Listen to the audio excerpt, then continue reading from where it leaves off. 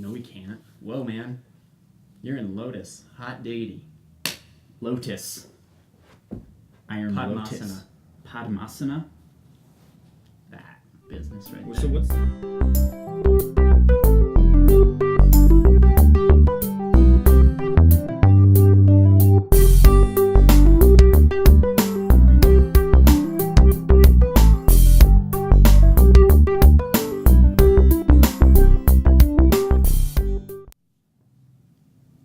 Hey everybody, welcome to Seriously Lighthearted Yoga.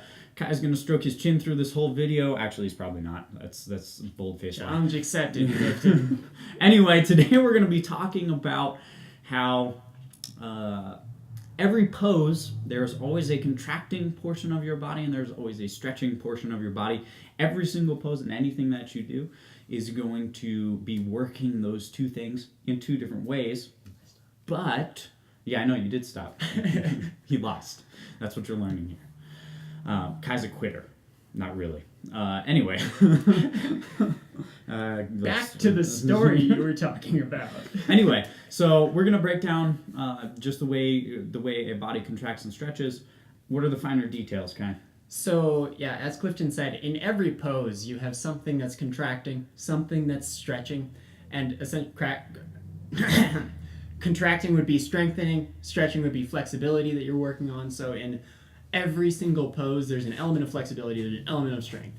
And that's something that people in the beginning don't really seem to understand, because oftentimes the strength feels like is the part you notice. You don't notice the parts that are needing to release. But if you think about it, anytime you do any sort of movement, like even this, right here, you're contracting your bicep to bring your fist in.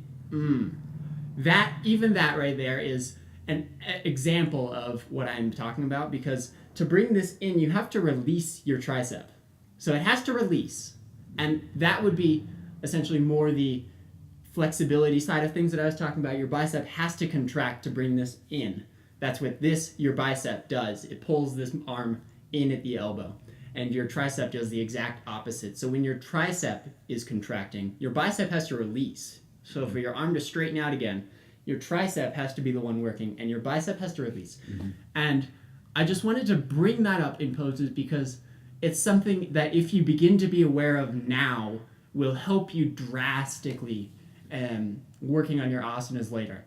Yeah, just kind of think about where that release needs to happen. When I'm in this pose, I'm of course contracting my abs, I'm engaging my core, rotating my shoulders around, but I'm also releasing my lower back. I'm relaxing my lower back and my hips to allow my body to rotate. And that was something that I wasn't doing at first, something that Kai pointed out, something that I found really helpful.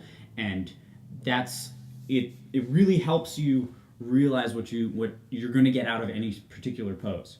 Because maybe it's not working your forearm in this particular pose, but there's going to be another pose that comes along where you have to tense up your forearm in order to get into the position, and you're relaxing something else. It's kind of... I didn't even tell him any of this. It's really interesting. It's something that, like he said, can definitely help your asana practice in the future. And again, it's just a practice of awareness. So you come into the pose, you take a moment to just be aware of what's contracting, what's releasing, what you need to use, and what you need to release when you're coming into a pose. And if you think about that in every single pose, you will very, very quickly come to learn how your body moves and how to get into these poses naturally without someone else telling you even. It'll just become like a second nature to you. Oh yeah.